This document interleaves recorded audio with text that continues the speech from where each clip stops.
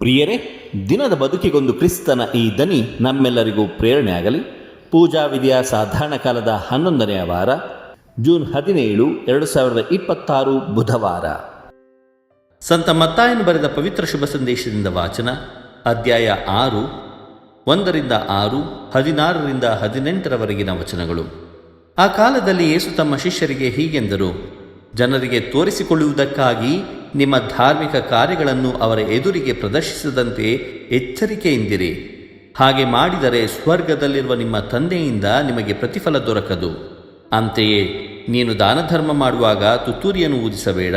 ಜನರ ಹೊಗಳಿಕೆಗಾಗಿ ಕಪಟಿಗಳು ಪ್ರಾರ್ಥನಾ ಮಂದಿರಗಳಲ್ಲೂ ಹಾದಿ ಬೀದಿಗಳಲ್ಲೂ ಹೀಗೆ ಪ್ರದರ್ಶನ ಮಾಡುತ್ತಾರೆ. ಅವರಿಗೆ ಬರಬೇಕಾದ ಫಲ ಪೂರ್ತಿಯಾಗಿ ದೊರಕಿದ್ದಾಯಿತೆಂದು ನಿಮಗೆ ಖಚಿತವಾಗಿ ಹೇಳುತ್ತೇನೆ.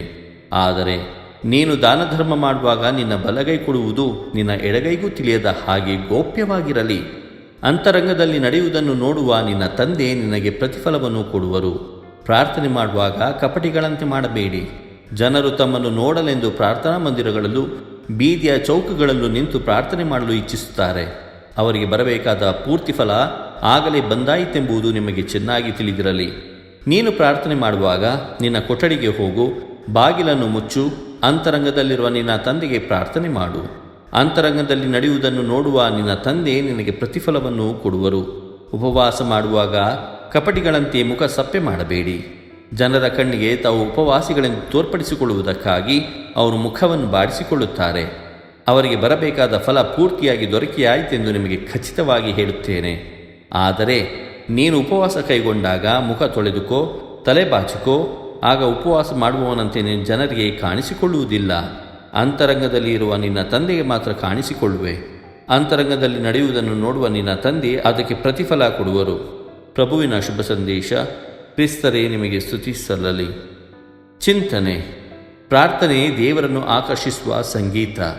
ಪ್ರಭು ಯೇಸು ಕ್ರಿಸ್ತರಲ್ಲಿ ನನ್ನ ಆತ್ಮೀಯ ಸಹೋದರ ಸಹೋದರಿಯರೇ, ಇಂದಿನ ಶುಭ ಸಂದೇಶದಲ್ಲಿ ಉಪವಾಸ, ಪ್ರಾರ್ಥನೆ ಮತ್ತು ದಾನ ಧರ್ಮ ಮಾಡುವುದರ ಬಗೆಗಿನ ವಿಮರ್ಶೆಯನ್ನು ಪ್ರಭು ಯೇಸು ಕ್ರಿಸ್ತರಿಂದ ಆಲಿಸಿದ್ದೇವೆ. ಅಂತೆಯೇ ಸಂತ ಪೌಲರ ದಾನ ಮಾಡುವುದರ ಬಗ್ಗೆ ವಿಮರ್ಶೆ ಕೇಳಿದ್ದೇವೆ. ಸಂತ ಪೌಲರು ದಾನ ಮಾಡುವುದರ ಬಗ್ಗೆ ಸಂಕ್ಷಿಪ್ತವಾಗಿ ಚಿತ್ರಿಸುತ್ತಾ ಮೊದಲನೆಯ ವಾಚನಕ್ಕೆ ಒಂದು ಉತ್ತಮ ಸ್ಥಾನವನ್ನು ಕೊಟ್ಟಿದ್ದಾರೆ. ವಿಶ್ವಪ್ರಖ್ಯಾತ ಲೇಖಕ ಲಿಯೋ ಟಾಲ್ಸ್ಟಾಯ್ ಒಮ್ಮೆ ರೈಲು ನಿಲ್ದಾಣದಲ್ಲಿ ಏನೋ ಬರೆಯುತ್ತಾ ಕುಳಿತಿದ್ದನು. ಒಬ್ಬ ಭಿಕ್ಷುಕ ಅವರಲ್ಲಿ ಭಿಕ್ಷೆಯನ್ನು ಕೇಳುತ್ತಾ ಅವರ ಹತ್ತಿರ ಬಂದ. ತನ್ನಲ್ಲಿ ಹಣವಿಲ್ಲದ ಕಾರಣ ಕಣ್ಣೀರಿಟ್ಟನು. ಇಲ್ಲಿಯ ತನಕ ಯಾರೂ ಕೊಡದ ಬೆಲೆ ಬಾಳುವ ಭಿಕ್ಷೆಯನ್ನು ಅವನು ಪಡೆದಿರುವುದಾಗಿ ಭಿಕ್ಷುಕ ನುಡಿದನು. ತನ್ನ ಹೆಸರು ಇಡೀ ಸಮಾಜಕ್ಕೆ ತಿಳಿಯಬೇಕೆಂದು ಕೆಲವರು ದಾನ ಮಾಡುವರು. ಕೆಲವರು ತಾವು ಮೋಸ ಮಾಡಿ ಸಂಪಾದಿಸಿದ ದುಡ್ಡನ್ನು ದಾನವನ್ನಾಗಿ ಕೊಟ್ಟು ದೇವರ ಕರುಣೆಯನ್ನು ಯಾಚಿಸುವರು. ಮತ್ತೆ ಕೆಲವರು ಸರ್ಕಾರಕ್ಕೆ ತೆರಿಗೆ ಕಟ್ಟಿದರೆ ದುಡ್ಡು ವ್ಯರ್ಥವಾಗುತ್ತದೆಂದು ಅನಾಥಾಶ್ರಮಕ್ಕೆ ಕೊಟ್ಟು ಹೆಸರು ಪಡೆಯುವರು. ಇವರೆಲ್ಲರೂ ಕೊಡುವುದು ದಾನವೇ. ನಿನ್ನ ಬಲಗೈ ಕೊಡುವುದು ನಿನ್ನ ಎಡಗೈಗೆ ಗೊತ್ತಾಗದಿರಲಿ ಎಂಬ ಕ್ರಿಸ್ತರ ಮಾತಿಗೆ ಅರ್ಥವಾದರೂ ಏನು? ಲಿಯೋ ಟಾಲ್ಸ್ಟಾಯ್ನ ಆತ್ಮದಿಂದ ಉಕ್ಕಿ ಬಂದ ದಾನಕ್ಕೆ ಮಾತ್ರ ದೇವರ ಬೆಲೆ ಇರುವುದು. ಈ ರೀತಿ ದಾನ ಮಾಡುವವರೇ ದೇವರನ್ನು ಏಕಾಂತದಲ್ಲಿ ಪ್ರಾರ್ಥನೆ ಮೂಲಕ ಸಂದರ್ಶಿಸುವರು.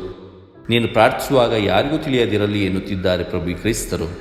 ಪ್ರಾರ್ಥನೆ ಎನ್ನುವುದು ಬರೀ ಮಾತುಗಳಲ್ಲ, ಬದಲಿಗೆ ಅವು ದೇವರನ್ನು ತಮ್ಮೆಡೆಗೆ ಸೆಳೆಯುವ ಸಂಗೀತ.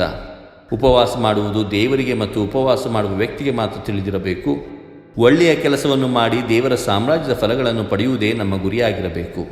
ಅನ್ಯರ ಮೆಚ್ಚುಗೆಗಾಗಿ ಮಾಡುವುದಾಗಿರಬಾರದು. ನಮ್ಮ ಹೃದಯಗಳು ಪವಿತ್ರಾತ್ಮರ ಆಲಯವೆಂದು ಸಂತ ಪೌಲರು ನುಡಿದಿದ್ದಾರೆ. ಈ ಹೃದಯದಲ್ಲಿ ಪವಿತ್ರಾತ್ಮರ ಆಲಯದಲ್ಲಿ ಮಾಡುವ ಪ್ರಾರ್ಥನೆ ನಿಶ್ಶಬ್ದತೆಯಿಂದ, ಶಾಂತಿಯಿಂದ ಮಾಡುವ ಪ್ರಾರ್ಥನೆಯಾಗಿರಬೇಕು.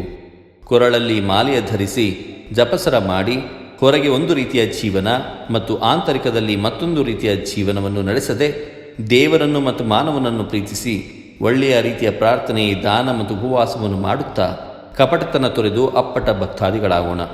ದೇವರು ನಮ್ಮೆಲ್ಲರನ್ನು ಆಶೀರ್ವದಿಸಲಿ. ಇದು ಧ್ವನಿ ಮಾಧ್ಯಮ ಮನೆಯ ಕೊಡುಗೆ. ಧ್ವನಿ ವಂದನೆಯ ಸ್ವಾಮಿ ಶಾಂತಕುಮಾರ್ ಜೆ, ಬೆಂಗಳೂರು ಮಹಾಧರ್ಮ ಕ್ಷೇತ್ರ. ಪ್ರಿಯರೇ, ಈ ಚಾನೆಲ್ ಅನ್ನು ಸಬ್ಸ್ಕ್ರೈಬ್ ಮಾಡಿ ಪ್ರತಿದಿನ ದೇವರ ವಾಕ್ಯವನ್ನು ಆಲಿಸುತ್ತಾ ಅದನ್ನು ಇತರರೊಂದಿಗೆ ಹಂಚಿಕೊಳ್ಳಲು ನಮಗೆ ನೆರವಾಗಿರಿ. ಧನ್ಯವಾದಗಳು.